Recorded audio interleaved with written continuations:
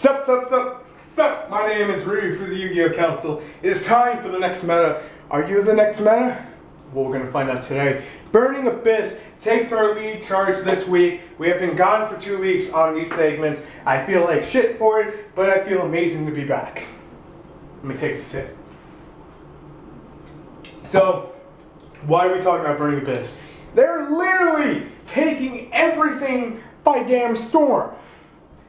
They don't care about your Shaddoll that literally sits there and says, special summon only once per turn. This is what makes Shaddoll a beast. That in their plus system. Oh, we got our own plus system. We got Skarm who searches. We got Sir who gets Skarm back and does stupid shit and creates a little mini loop.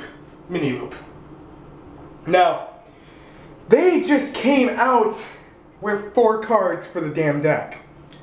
And the deck's already Tier 1 status.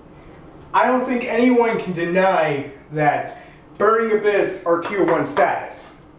And if you deny that they are Tier 1 status, you are not looking at what's winning right now at tournaments. Now, to be fair, I believe there's only one YCS this entire format, because this format's pretty much almost over within about 30 days. And the thing that scares the shit out of me, I mentioned this on Tech Tuesday, talking about Skarm, is that they only have 4 cards and they're doing this already. Can you imagine the shit they'll get next?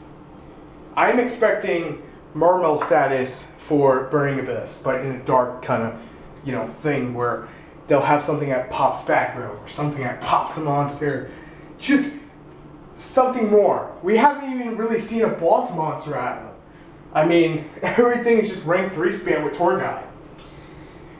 I mean, I'm not even like calling the deck dumb, but its concept is so simple, yet so defiant on the speed and everything. It's basically like if Konami crafted this god tier deck out of 4 cards and says, this is what the player pool has, this is what we are creating, how can it defeat Shaddoll, Satellar Knights, Ying Zing, and everything else that's already Tier 1.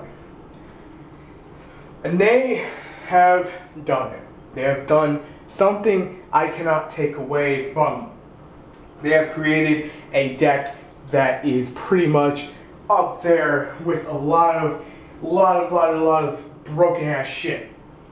I'm not calling Burning Abyss broke. They're very close to it though. Now, the pretty easy aside against Game 2. But then again, to be fair, your easy sides can easily be sided, blah, blah, blah, blah, blah. Mumbo jumbo for 3 hours. Burning Abyss, from the mere little time I came, took 2 weeks off, looked at the deck, viewed duel videos, and then played online with them. In that little time, I have such an understanding of it because the deck is so simple. Now, that doesn't make the deck bad, because to be fair, Dragon Rulers were just plain out simple. Dump shit in graveyard, burn dragons out, go Massive Plus, end phase, do it all over again. Make exceeds. That's pretty much Burning Abyss, but Burning Abyss are rank 3. The only thing that really sits on my mind is Dante's the first Exceed. We have a trap card that right now no one's using, but later down the line may become super useful and may become the kindling level. Which is kind of scary when you think about that. I may be wrong, but if I'm right, it's really scary shit. Not to mention all the stuff you can tech in, like Creature Swap, Caius, Ryza, Mathematician, Foolish Burial, Armageddon Knight, Dark Grepher. There's gonna come a point, and no one can deny this either, where Konami's gonna sit down and say, okay, we spit out Burning Abyss for 2 years or whatever, and now it's time to put them on the ban list. How the hell would you even sit down and say, we have to hit all this? It's like the Mermail situation, where regardless where you hit it, the deck is still gonna coexist in the meta in some form or fashion. At least I feel that way. And the deck is so splashable. I want to say it's like player created, kind of in the same sense of hats, but to be fair, it is an archetype, so it's kind of hard to say it's player created, but from 4 cards that kind of is. So I guess to be fair, it's like in the middle of player created and Konami created. It's crafted from 2 very different views on this whole freaking spectrum of shit. The deck does really well what it does, which is search, field control, use freaking trap cards like Phoenix Wind Blast, and have this, I want to say, almost Sinister Serpent type kind of effect on the field. And when I say that, is you lose no advantage from dropping a Phoenix Wind Blast when you have Scarm in hand or one of the other Burning Abyss.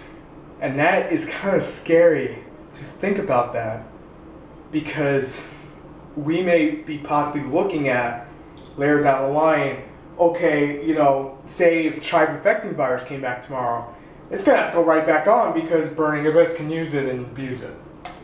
You know, it just, besides the other 20 decks that can do the same thing. And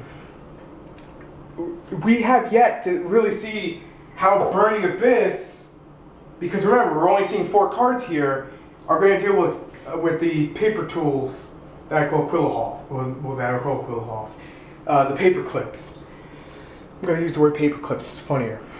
So, you have the Qliphort killer and the Qliphort search power and everything that Burning Abyss is kind of giving us right now. But you have this monster that dominates the freaking board, and the fact that Qliphort can use skill drain. You have to sit here and say to yourself, okay, how the hell will they say tier 1? But then in the same, sentence there, or same, I guess, little phrase that you want to talk about is, what is Konami going to give them next? And that is one of the scariest things that comes out of this game.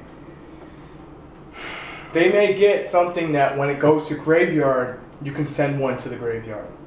And when you think about that, that sounds kind of bad for most matchups. But if you're playing against Qliphorts, and they have killer and skill drain, and the deck gets something that's an MST when it's sent to the graveyard, which I'm pretty sure they will, just looking at past history of archetypes that Konami has done. Mermail, Sylvans, Lightsworn, they all have something in that kind of sense. Even Elemental Heroes did with Shadows. So it's kind of one of those things to be expected, I guess, in that sense of things. Now,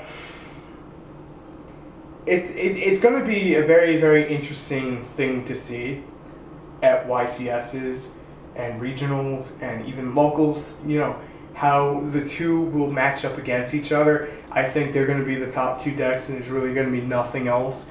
It's kind of be like if spellbooks were really 100% relevant around the time of Dragon Rulers.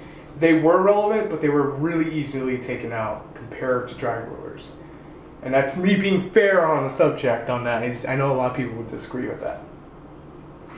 But it's a scary, scary situation, at least for me, as a person who plays meta and then not meta and just dips around all over, Yu-Gi-Oh!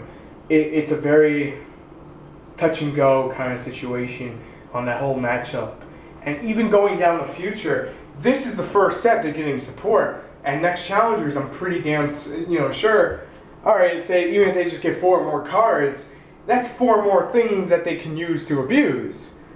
And Qliphorts, Summoner's Arc, to Tool, to Another Search, to Unaffected by this and that, how is your Phoenix Wind Blast going to help you now? You know what I mean? How is the Burning Abyss and your 1 Exceed that goes into many more, how is that going to compete with Pendulums? And I think that's going to be something interesting to see, and why I'm super excited about it. I want to talk about one last thing. And that last thing, the very, very, very, very last thing, is that these are TCG exclusive. Right? These are TCG exclusive. And they're dominating already. What happens when they become OCG? Are we going to have to wait until they go over to OCG for shit to get limited? Or are we going to see limits beforehand? Is this finally going to be the nail in the coffin for Tour Guide, where she gets banned or put at 1, and a Mathematician has to go for the same kind of reason, and then Armageddon Knight has to go? and then Foolish Burial has to go, and then hell, even Dark World Dealings, 20 other cards. It's that mindset that scares me. Because you have to look at it from that spectrum. But that's what we talked about on Coffee Time, which came out before this. What will Konami do with the October ban list? So anyway, I'm going to end the video right here. Hopefully you guys had fun listening to this, and you'll get into the comments, the meat and bones of the Burning Abyss discussion. Will they be future champions, or will they just fall to the wayside with everything else? I'm ready for the TheYugiohCouncil. If you enjoyed this video, make sure to hit the like button. Subscribe if you haven't, so you can keep up with our videos. Like us on Facebook, so that way you can see when the videos go up. Follow us on Twitch, so you know when we live stream, which is usually every Tuesday. But since Mikey's computer is out of commission, it's not going to happen. But they'll be announced in the video when it does. And finally, when the eBay store really does open, there'll be a video announcement with a Facebook post, with a Twitter, with a Twitch link and everything. Trust me, we're working on it. I'm ready for the TheYugiohCouncil. Thanks for watching. Until next time, peace.